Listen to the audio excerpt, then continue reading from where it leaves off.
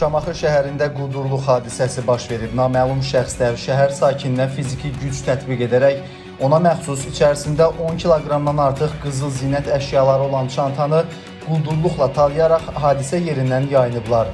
Polis əməkdaşlarının həyata keçirdikləri təxirə salınmaz tədbirlər nəticəsində qeyd olunan hadisənin 23 yaşlı Güloğlan Kərimov, 21 yaşlı Elcan Beydiyev və 18 yaşlı Qafur Baloğlanov tərəfindən törədildiyi müəyyən edilib. Onların hadisə zamanı istifadə etdikləri avtomobilə Hacıqabul rayonu ərazisində yerləşən polis postunda saxla işarəsi verilsə də, həmin şəxslər buna məhəl qoymayaraq hərəkətlərini davam etdiriblər. Daha sonra izi itirmək məqsədi ilə avtomobili tərk edərək Şirvan şəhərində bataqlıq ərazidə gizlənən dəstə üzvlərinin yeri müəyyən olunaraq tutulublar. Kişini gördük, əlində qızıl sumkasıyla çıxandı.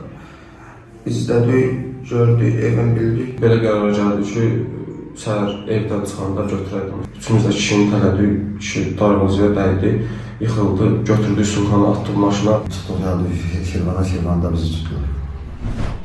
Onların cinayət yolu ilə ələ keçirdikləri qızıl zinət əşyaları tam həcmdə maddi sübut kimi aşkarlanaraq götürülüb və zərərçəkmişə qaytarılması təmin olunub. Fakta görə cinayət işi başlanılıb, istintaq tədbirləri davam etdirilir.